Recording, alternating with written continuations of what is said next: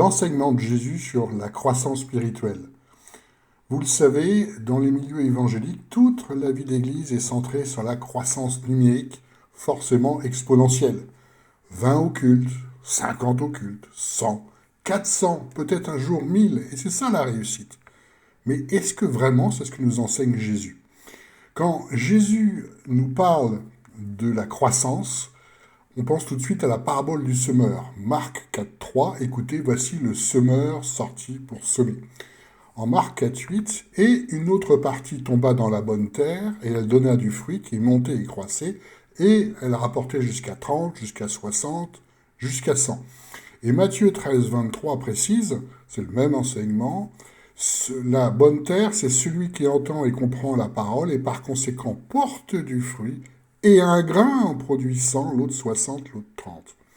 Donc en fait, dans cet enseignement, Jésus nous parle de la bonne terre comme étant la production de nombreuses graines, mais ces graines ne sont pas des disciples. Et on va le voir plus loin. Alors bien sûr, les réformateurs, tout de suite, ont essayé de trouver une méthode simple pour faire les choses le plus logiquement possible. Et Calvin en particulier, il définissait l'Église par le fait de prêcher, et non pas par Jésus qui est à la tête, les dons et le corps du Christ, mais le fait de prêcher. Parce que pour lui et pour l'ensemble des réformateurs, la semence, c'est la parole de Dieu. Donc la parole de Dieu, il faut la prêcher le plus possible devant la plus grande foule possible pour toucher le cœur, et ils ont gardé un principe spirituel qui est toujours enseigné dans les facultés de théologie. Ésaïe 55.11, il en sera de même de ma parole qui sort de ma bouche, elle ne reviendra pas à moi sans effet, sans avoir exécuté ce que j'ai voulu et accompli ce pourquoi je t'ai envoyé. Et voilà toute la croissance de l'Église selon la théologie des réformateurs, puis des évangéliques. Voilà, il suffit de prêcher la parole et il y aura du monde. Et voilà, il y aura des fruits. Sauf que Jésus ne nous montre pas du tout ce modèle-là. Par exemple, quand dans le même passage, par rapport à la parabole du semeur, les disciples lui ont dit, pourquoi est-ce que tu leur parles en parabole? Et répondant, il leur dit, parce qu'il vous a été donné de connaître les mystères du royaume des cieux, mais à eux, cela ne leur a pas été donné. Et il continue en Matthieu 13.13, c'est pourquoi je leur parle en parabole, parce qu'en voyant, ils ne voient point, et qu'en entendant, ils n'entendent et ne comprennent. Donc en fait, Jésus faisait l'inverse du nombre, en fait. Il se préoccupait absolument pas de cette croissance numérique. Mais quel est véritablement l'enseignement de Jésus sur la semence et la croissance? On l'a en Marc 4, versets 26 à 34, sur le royaume de Dieu. Il en est du royaume de Dieu comme un homme qui a jeté la semence en terre. Soit qu'il dorme, soit qu'il veille la nuit et le jour, la semence germe et croît, lui-même ne sait pas comment. Et voilà ce qu'il nous explique, c'est que la croissance de cette graine ne dépend pas de nous. Et il continue en disant, comment comparerons-nous le royaume de Dieu? Il est comme un grain de sénévé qui, lorsqu'on le sème en terre, est la plus petite de toute la semence, mais puis, lorsqu'on l'a semé, monte et devient plus grand que tout, les légumes et poussent de grandes branches, de sorte que les oiseaux du ciel peuvent habiter sous son ombre. Et par beaucoup de paraboles semblables, il leur annonçait la parole selon qu'ils pouvaient entendre. Et il ne leur parlait point sans parabole, mais il expliquait tout à ses disciples en particulier. Donc toujours pareil, il ne fait pas du nombre, pas du tout, mais il s'adresse aux élus, à ceux qui peuvent comprendre. Jésus ne fait absolument pas du nombre, en fait. Dans son enseignement, il nous explique que la semence germe par elle-même. Qu'est-ce que ça veut dire? Tout est conduit par l'esprit. Et véritablement, la base de l'enseignement, c'est que tout est conduit par l'esprit. Ce n'est pas une stratégie humaine. Et la deuxième partie sur la semence que nous enseigne Jésus, c'est que quand elle croît, la semence, elle croît jusqu'au ciel de façon extraordinaire. Les oiseaux du ciel peuvent s'abriter sur ce qu'a produit ce petit grain. Donc, en fait, l'enseignement de Jésus, c'est la bonne terre qui produit beaucoup de graines. Mais les graines ne deviennent pas autant des disciples. C'est tout l'ensemble de la parabole du semeur qui nous montre que rarement, en fait, ces graines deviennent elle-même des bonnes graines qui produisent du fruit, la bonne terre. En fait, l'enseignement, c'est que la bonne terre, en fait, elle rayonne de l'esprit, et c'est ce rayonnement de l'esprit, être à l'image de Jésus, grandir en Christ, qui produit d'autres graines. Mais ces graines, elles-mêmes auront la plus grande difficulté, en fait, à croître. Mais, ce que nous dit également Jésus, c'est quand la semence croît, le résultat est extraordinaire. Et là, effectivement, la puissance de l'esprit est extraordinaire. Quand vous voyez un don de guérison, un don de miracle, un don de prophétie, le résultat est extraordinaire, dépasse tout ce qu'on peut voir sur les arbres ordinaires, à tel point que ça s'approche du ciel. Les oiseaux du ciel peuvent s'abriter dessous. Or, les théologiens se sont basés sur la croissance numérique qu'ils voyaient en actes, pour faire leur modèle d'église. Le problème, c'est que c'est un contexte bien particulier. Ainsi, on l'a en acte 2, 36-37, juste après la Pentecôte, donc la manifestation puissante de l'Esprit. Voilà ce que nous dit Pierre, que toute la maison d'Israël sache donc avec certitude que Dieu l'a fait, et Seigneur et Christ Jésus que vous avez crucifié. Donc il annonce le Messie aux Juifs qui l'attendaient, avec la preuve de la puissance de l'Esprit. Et voilà comment ça continue. Ayant entendu ces choses, ils eurent le cœur transpercé, ils dirent à Pierre et aux autres apôtres, « Hommes, frères, que devons-nous faire ?» En acte 2, versets 40 à 41, et par plusieurs autres paroles, il rendit témoignage et les exhortait. Eux donc, ayant reçu sa parole, furent baptisés et environ 3000 âmes furent ajoutées ce jour-là. On a un passage un peu similaire en acte 4, 4, mais beaucoup de ceux qui avaient entendu la parole crurent et le nombre des hommes s'éleva à environ 5000. Sauf que, en acte 4, c'est pareil. C'est le miracle d'acte 3 fait par Pierre, la guérison miraculeuse, puis l'annonce de « voilà le Messie ». C'est pour ça que vous voyez ce miracle. Dans les deux cas, il y a une très puissante manifestation de l'Esprit qui prouve quoi? Que Christ est le Messie attendu. Or, tous les Juifs attendaient le Messie. Ça n'a absolument aucun rapport avec le fait de prêcher les foules. C'est un contexte particulier. Pareil en acte 5, 12. Or, il se faisait par les mains des apôtres beaucoup de miracles et de prodiges parmi le peuple. Acte 5, 14, 16. Mais s'ajoutaient toujours plus de ceux qui croyaient au Seigneur, des multitudes tant d'hommes et de femmes, en sorte qu'on apportait les malades dans les rues et qu'on les plaçait sur des petits lits et des couchettes, afin que Pierre, venant à passer, son ombre du moins couvrit quelqu'un d'entre eux. Donc toujours ces deux critères-là. Le miracle de l'Esprit prouvant que Jésus est bien le Messie, et l'annonce de Jésus qui c'est bien le Messie. Et voilà les conversions numériques qu'on voit dans le livre d'Actes. Mais notre époque n'a plus rien à voir avec ça.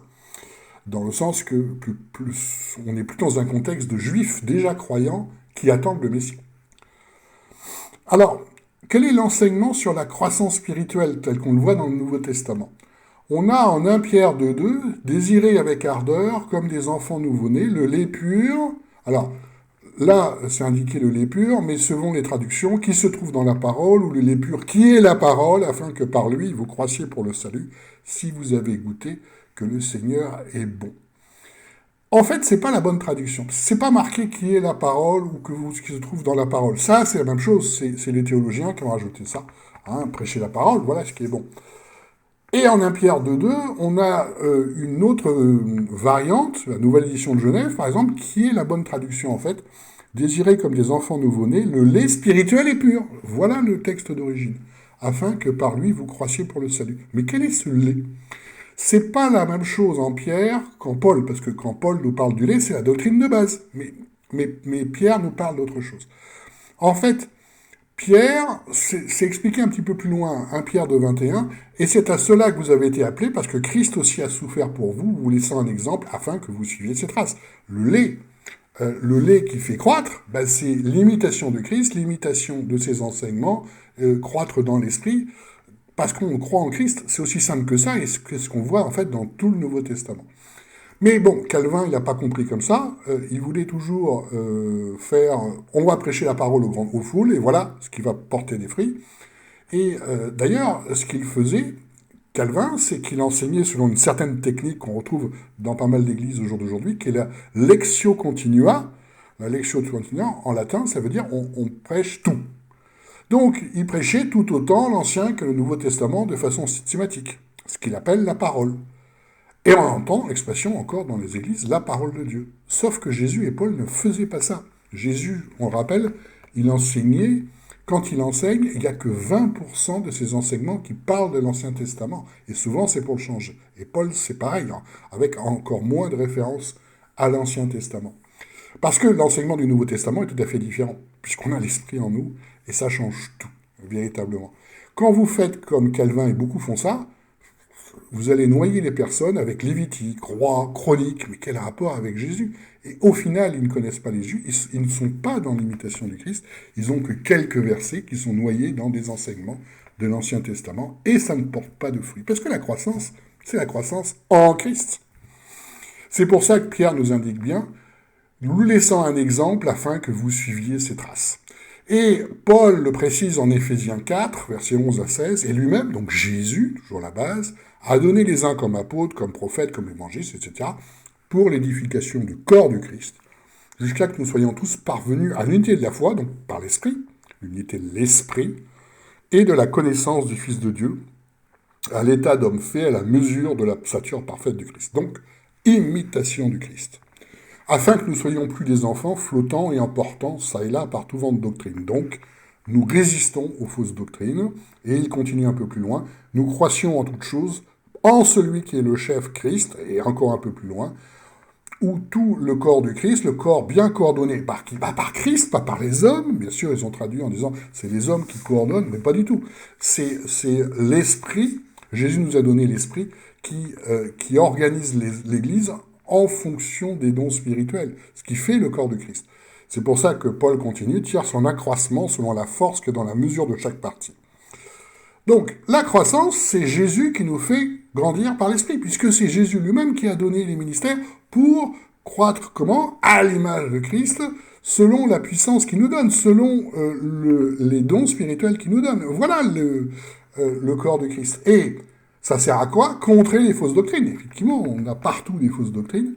Ça n'est que la croissance et l'imitation de Christ, ce que nous faisons dans l'église de disciples tout le temps, qui nous permet de grandir dans l'esprit, que les dons spirituels arrivent et portent du fruit, et on résiste aux fausses doctrines. Voilà, vous avez tout ce que nous faisons dans l'église de disciples.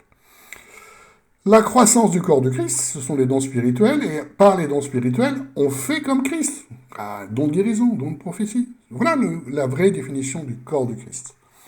Et en Éphésiens 3, versets 16 à 20, juste avant, voilà ce que nous dit Paul, afin qu'il nous donne, selon la richesse de sa gloire, d'être avec puissance fortifié par son esprit quant à l'homme intérieur. Tout ça, c'est l'œuvre de l'esprit, bien sûr.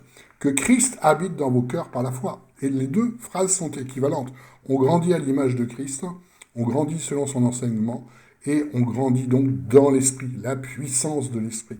Et ça continue un peu plus loin, afin que vous soyez remplis de toute la plénitude de Dieu.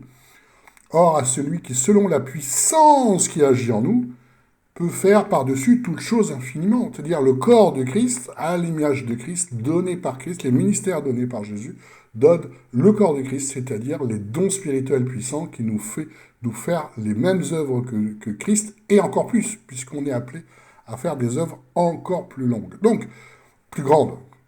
La croissance de l'Église, ça n'a rien à voir avec la croissance numérique, c'est bien la croissance des dons selon la puissance de Dieu. Et c'est ça ce qui donne beaucoup de graines. Mais ces graines ne deviendront pas forcément des disciples. Très loin de là. Très très loin de là. On verra juste après ce que nous montre Paul là-dessus. Alors on peut nous objecter en disant, oui mais Jésus nous a quand même dit de faire de toutes les nations des disciples. Donc beaucoup de monde, hein, il y a beaucoup de monde dans toutes les nations. Sauf que ce n'est pas exactement son enseignement. En Matthieu 28, versets 19 à 20, il nous dit, allez, instruisez. En fait, mathéthéo, ça veut dire les disciples, faites des disciples dans le sens de, on instruit selon l'image de Christ, selon l'enseignement de Christ. Et bien sûr, ça continue un peu plus loin, leur apprenant à garder tout ce que je vous ai commandé. Les deux phrases sont en fait équivalentes. Donc, faire de toutes les nations des disciples, ça ne veut pas dire faire du nombre, ça veut dire faites des disciples dans toutes les nations, ce qui n'a rien à voir. Pourquoi? Parce que, effectivement, avec l'avènement de Jésus-Christ, l'enseignement est destiné à tous les hommes du monde. Donc c'est faites de toutes les nations des disciples, ça ne veut pas dire faites du nombre, mais faites des disciples dans toutes les nations. Pas juste les juifs et les gentils. Et la croissance numérique. La croissance numérique, selon l'histoire de l'Église, elle a toujours été là, ça a toujours été une obsession. On parle beaucoup des enseignements de ce qu'a fait Constantin et d'autres, Justinien, etc. Mais j'ai vu un exemple récemment qui m'a beaucoup intéressé. Vous connaissez le Magellan, l'explorateur, celui qui a découvert le détroit de Magellan pour essayer de trouver un passage vers l'Inde et les épices. Et ça n'a pas marché, puisqu'il est arrivé en Philippines et il n'a pas réussi effectivement à son objectif de faire une nouvelle route pour trouver des épices, puisqu'en fait c'était en terre portugaise et non pas espagnole. Et il voulait apporter aux Espagnols une nouvelle route. Donc, échec de la mission. Qu'est-ce qu'il a fait quand il est arrivé en Philippines? Il s'est dit, voilà, je vais évangéliser. Donc, comment il faisait? Il faisait comme on faisait à l'époque. Il apportait des grandes croix qu'il plantait en terre en disant, voilà, c'est maintenant la terre du Christ. Il allait voir les rois en disant, avec Jésus, tu seras le roi le plus puissant. Regarde-nous, on a des canons, on a des bateaux, on a des grandes armures, on est très puissant. Avec Jésus, tu seras très puissant. Alors, les rois disaient, ouais, ça a l'air bien. Hein. Donc, en fait, il faisait l'évangile de puissance et prospérité. Donc, il a fait des rois, entre guillemets, chrétiens. Sauf que juste après, le roi chrétien, puisqu'il a montré toutes les richesses qu'ont ceux qui ont, entre guillemets, Jésus, c'est-à-dire eux, en fait, ils ont trahi, c'est-à-dire qu'ils ont attiré dans des pièges les différents capitaines qui étaient sur ces bateaux, les ont tous massacrés pour s'emparer de toute leur richesse. Voilà le soi-disant roi chrétien. Rien à voir avec l'image de Jésus. Et ça a été fait dans toute l'histoire, c'était ça, du nombre, du nombre, du nombre. Hein. Et dans l'Europe, ça a été ça. Les rois chrétiens, c'était grâce à la puissance de Jésus, je vais régner sur un grand nombre. Et on va s'allier. Donc, dès le départ, l'image du Christ a complètement disparu et on a fait du nombre. Alors c'est facile, hein. Pour faire du nombre, il suffit de faire un salut garanti, comme dans les mouvements traditionnels, hein, le salut est garanti, hop, c'est bon. Ou on fait de la bonne musique, et on a dans le modèle évangélique, on a ça, on fait de la bonne musique, oui, comme dans un concert, on attire beaucoup de monde. Sauf que ça n'a rien à voir avec l'imitation de Christ. En fait, le modèle de Paul, parce que Paul nous montre ce que c'est que la bonne terre. Il a fait beaucoup de graines, Paul. Pourquoi? Parce qu'il était conduit par l'esprit. On voit bien qu'il y a une porosité de l'esprit. Il fait des graines. Donc exactement comme nous, Jésus nous parle de la bonne terre. Mais au final, remarquez que la plupart repartent dans la fausse doctrine. Les églises d'Apocalypse, c'est un carnage. Hein, Jésus qui nous dit « je vomis les chrétiens tièdes ». Très très peu, mais vraiment un tout petit nombre est quand même resté dans la foi. La plupart ne deviendront jamais disciples. Et c'est vraiment les églises d'Apocalypse, et l'exemple que nous montre Paul, c'est ça. Pourquoi? Parce que les hommes ne supportent pas la saine doctrine, ce que nous enseigne Jésus. Donc la croissance, vous voyez, ça n'a rien à voir avec ce qu'on entend dire, et certainement pas la croissance numérique, mais c'est bien la croissance en Jésus, et c'est ce que nous faisons.